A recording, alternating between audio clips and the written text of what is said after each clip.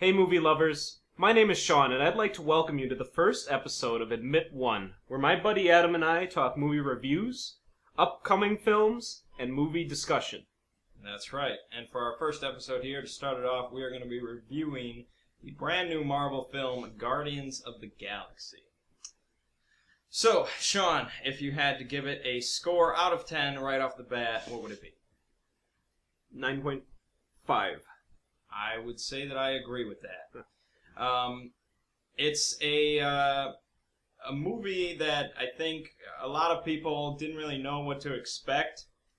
I, for one, have never read any of the comics. I don't think you read any of the comics. Nope. And so I had really no idea what was going on. There was a talking raccoon. There was a tree. It could have been anything. But what it ended up being was really, really fun. Just an entertaining movie all around. Yeah, this movie has a breakneck pace of humor and action, and you kind of forget about the fact that you're watching just the next installment in Marvel's superhero movie canon. It's got the sci-fi element to it, and it has a group dynamic to it, which I think elevates it from seeing a movie like Thor, where you have Thor the main hero, he's got like Natalie Portman and the scientists as these characters built up around him, but rather it has like a more Avengers-style dynamic of a group of all interesting characters with their own interesting background stories and strengths and weaknesses. Yeah, I think even if you're kind of weary of the superhero, Iron Man, Captain America, all that kind of stuff. It's like they're coming out once a month now, right, pretty much. I think you'll still probably enjoy Guardians of the Galaxy. The writing is excellent, the acting is excellent, directing, the soundtrack. Really, there's very little for me to complain about with this film. Just an epic sci-fi adventure. So, can you find really anything to complain about this film? I mean, neither of us gave it a perfect score. Yeah, it's tough for me to just hand out a perfect score to any movie. There were some issues, I guess, with the villain. I think it was definitely a good villain, although there were some things where you're like, well, he probably could have done things better. But really, you're just kind of reaching for a downside. The character of Gamora, played by Zoe Saldana, I would say her character is a bit cliche, perhaps. Yeah. Not as well written as all the other ones. Right. She was fine.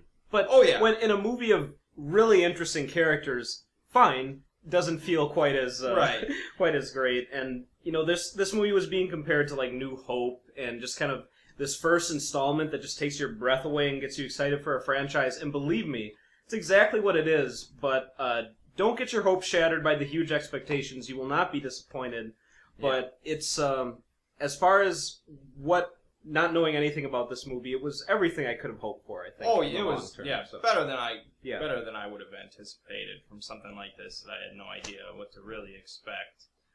So they definitely found another series that they're going to make sequels of. Yeah. So it really didn't feel like a Marvel Cinematic Universe film, even though it is. And I can't wait for all these characters to then be integrated into all the other situations. Yeah, can you imagine the crossovers? Oh, it's going to be quite entertaining. Yeah. All right, so go see Guardians of the Galaxy if you haven't yet. Yeah, if you like fun, go see it. All right, so then our second review then for this week is on Hercules, starring Dwayne Johnson. What would you give this movie out of 10? I'm going to say a solid 7.5. I like the 0.5s. I was leaning more towards around 7-ish, I would say. Definitely not on the same level as Guardians. So Hercules, this film is actually based on a graphic novel, I believe. So it's not really the traditional just adaptation. It's based on altered story, I suppose. I don't know, it seems like since Watchmen, films based on graphic novels have been popping up more and more frequently. Well, pretty much films based on existing stuff in general is happening. Yeah. But I wouldn't say this is as good as Watchmen. No. So it is, of course, the story of Hercules, played by Dwayne Johnson. He is the son of Zeus and a mortal woman, and he is freakishly strong, of course. Where this one differs a little bit is it's kind of more about him and his adventures with his crew, with his little gang of friends, who the rest of them are not really superhuman in any way, but he depends on them just the same. Yeah, the film adds to the Hercules legend by kind of incorporating him into this element of this larger group. Kind of in a similar way of Guardians, where Hercules is definitely the principal character still, and appropriately since it's Dwayne Johnson. And he kicks a lot of ass in this movie, so that's pretty much all you need to hear if that's what you go for, is you'll get your guarantee of Rock kicking ass. But it's... I would say the movie then, from my personal opinion, I think it suffers a bit because it's not completely centered on Hercules.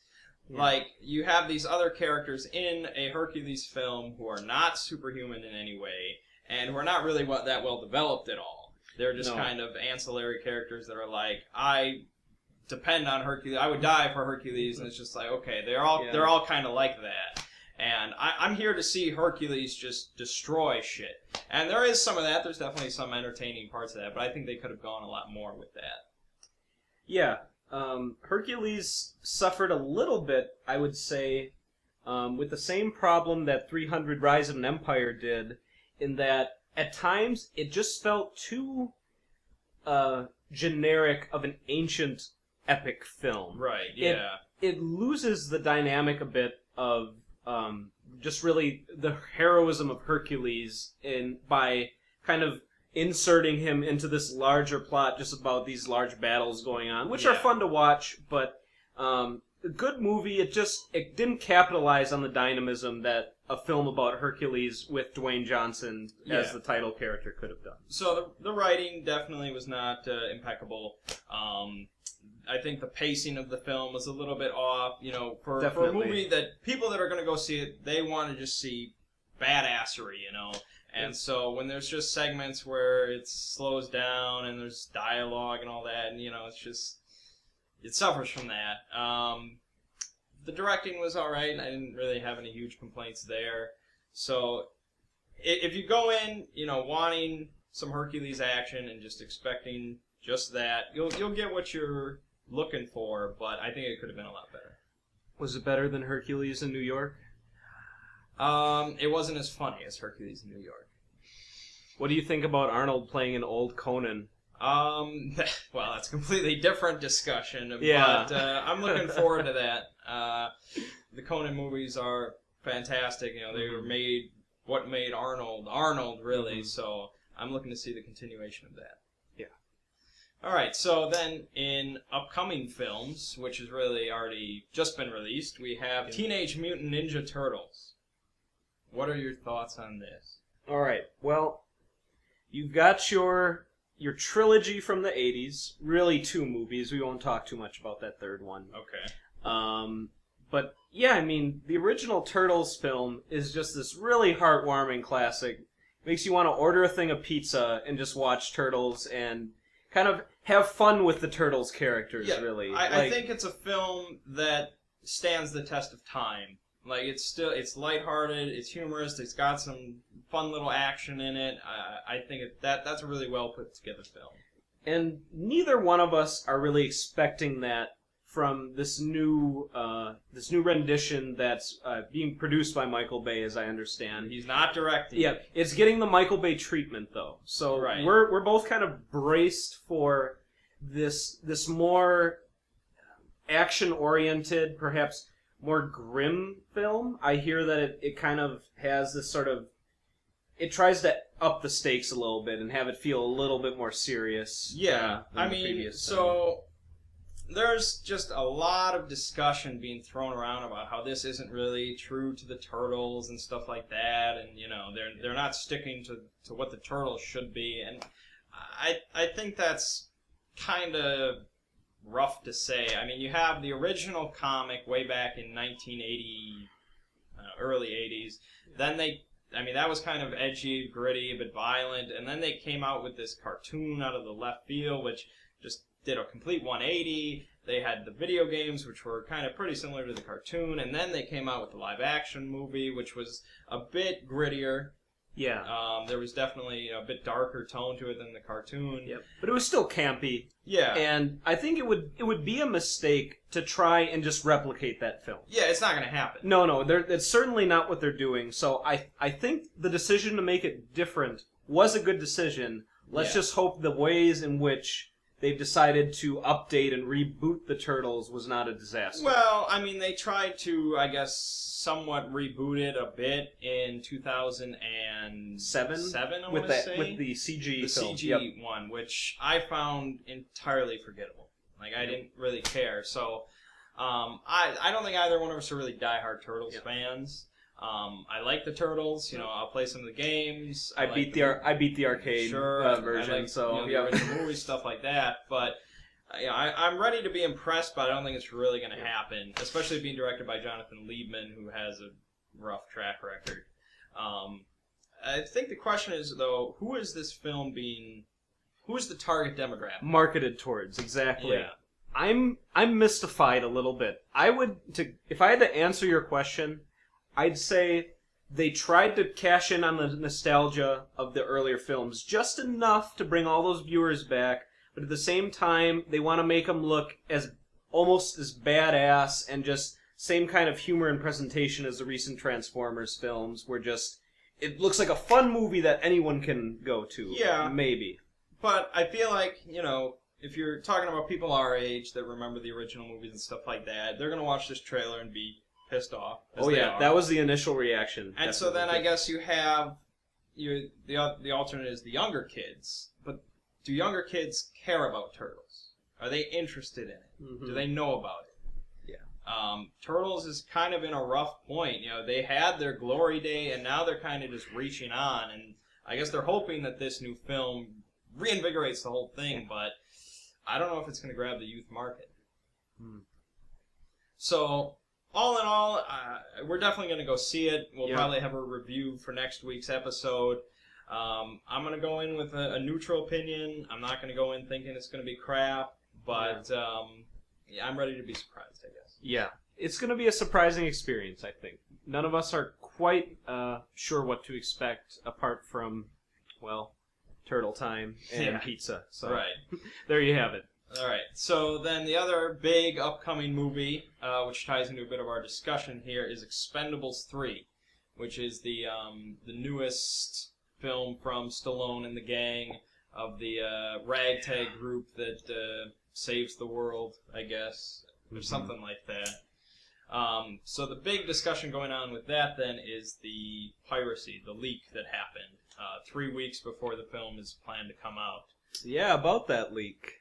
I did download the film and I watched it, so I've already seen it. I'm not gonna review it just yet because we are still planning to go see it in the theaters, so we'll do the review when it comes out. A future episode. But the discussion then is, does or will the leak affect the ticket sales in a meaningful way? All right. Here's my take on it. I think you're a special case, Adam, in that you will still see the film after having viewed it. Yes. Movies in general in the U.S. right now are not turning out the same numbers as they have in previous years. Except for comic book movies. Exactly. Now, the whole movie market cannot be based on this one-dimensional genre of films. Right. I have a feeling that it will hurt the box office performance, which is ironic since they lowered the rating to a PG-13 for the attempt to bring in more viewers to these movies. Because you already have a bunch of these 80s stars who they rightly analyze are appealing to this older demographic. It's already rated R, so it's like you're containing that demographic in one area, so I can see the reason to make it PG-13. Yep. And our review of that will be interesting because you've seen it already, and this will be after your second time. I'm still hoping it's got enough action to satisfy me because we were both fans of the original two. Yep. And it's complex. Yeah, I agree that I think it will affect the sales, ticket sales, because I didn't really think that the movie was going to do that overwhelmingly great in the first place. I'd say a moderate increase over the second one with Yeah. the PG-13 rating. The problem is that it's this action movie in the vein of the old school ways, and I think that's just kind of a dying breed now, where kids just aren't there. They'd rather see, they'd rather see Thor, they'd rather see Iron Man, they'd rather see stuff like that, and just roided up action heroes gunning down people just does not have the same appeal to them. It's like this old ship that needs some patching up, and they attempt to patch it up by just continually loading in more of these old stars. Yeah. And I have a feeling that the people who are going to see this film already had enough to make it go see them, and the addition of others such as Kelsey Grammer, Mel Gibson, even Harrison Ford are not game changers when you already have a cast like that. Right. So it's in a troublesome spot, I think. I mean, I love the action genre. It's one of my favorite genres of all.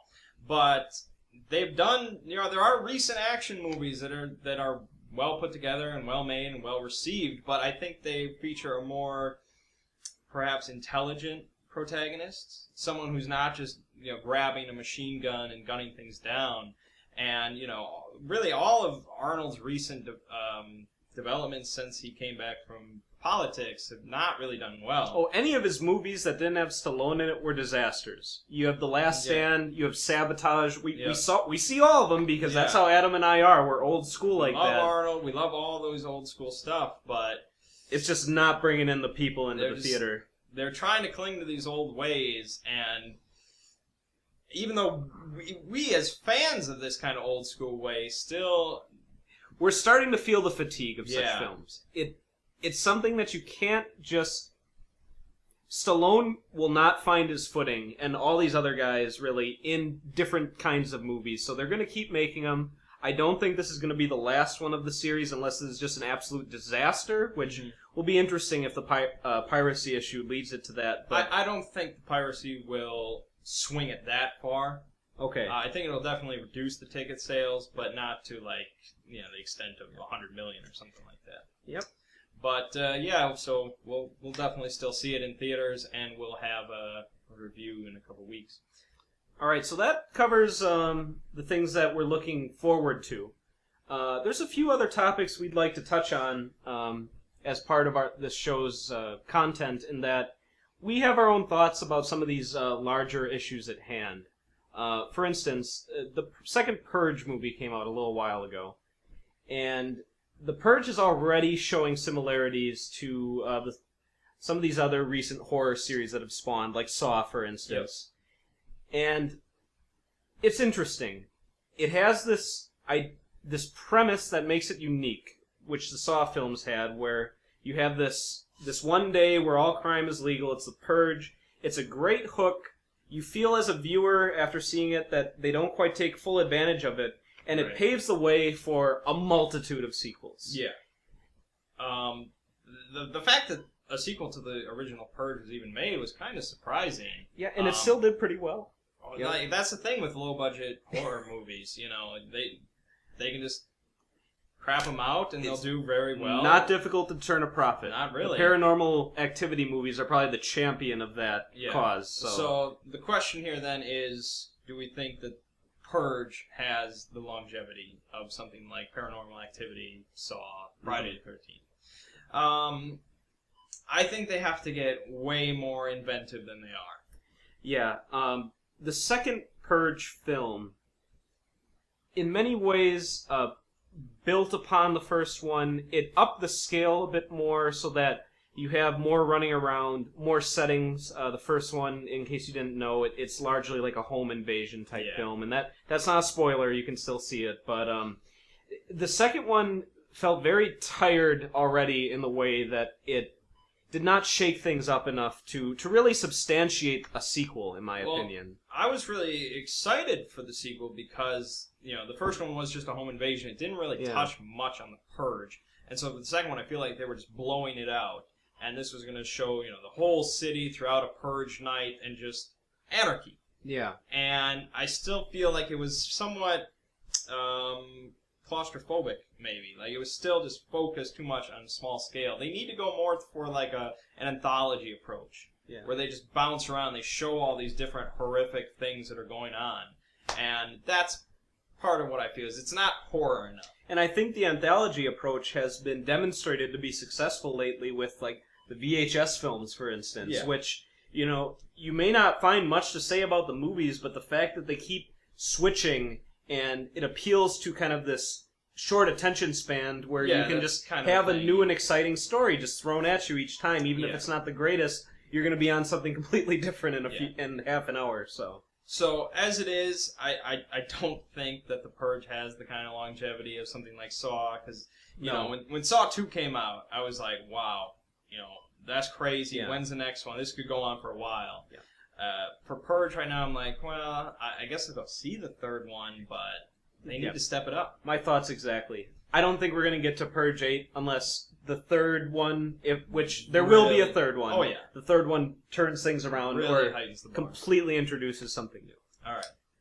So, going back to comic book movies, we've talked about Marvel. Now, on the other end of things, there's poor little DC.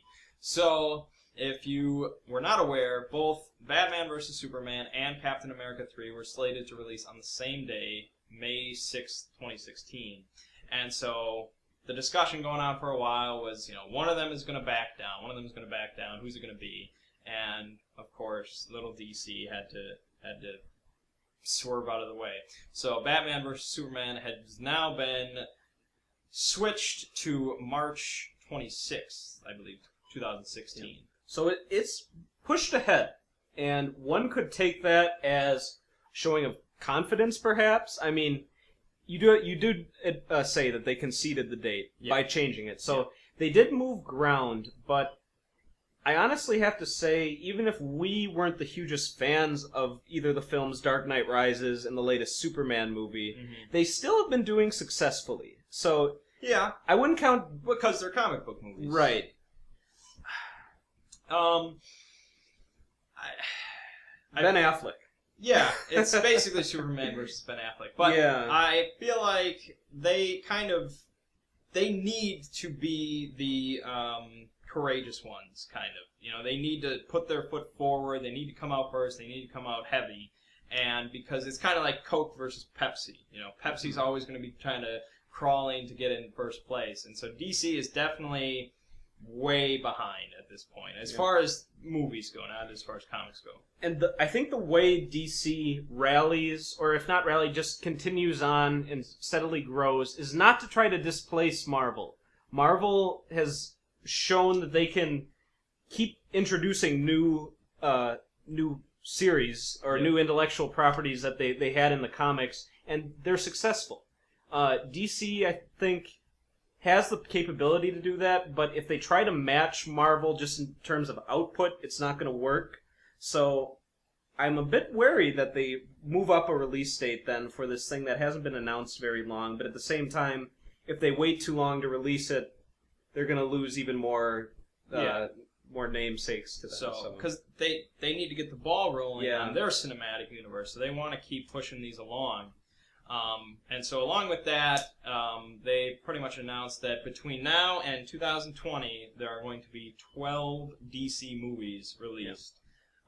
So this is going to be stuff like Flash, Aquaman, probably another Green Lantern, you know, the Justice League stuff, team-up movies, all sorts of craziness going on. So in other words, they're going against what I thought would be a bad idea, as far as just cranking out movies in an equal rate to what Marvel's been doing. So we'll see how it works, but I will say this, that the fact that they haven't tapped into as popular a figure as The Flash yet for a major film could be a game changer depending on if they do it right. If they do it right, that's really about it. You know, if you make a good movie, it's going to be well received. But they were able to do Green Arrow right to many people's surprise. TV and movies are a whole different deal. So between now and 2020, there are 29 comic book films planned. That's insane, I think. Like, we're going to have, basically, from 2017 on, there's going to be like 6-7 a year. So, yeah, comic book movies are not going away anytime soon.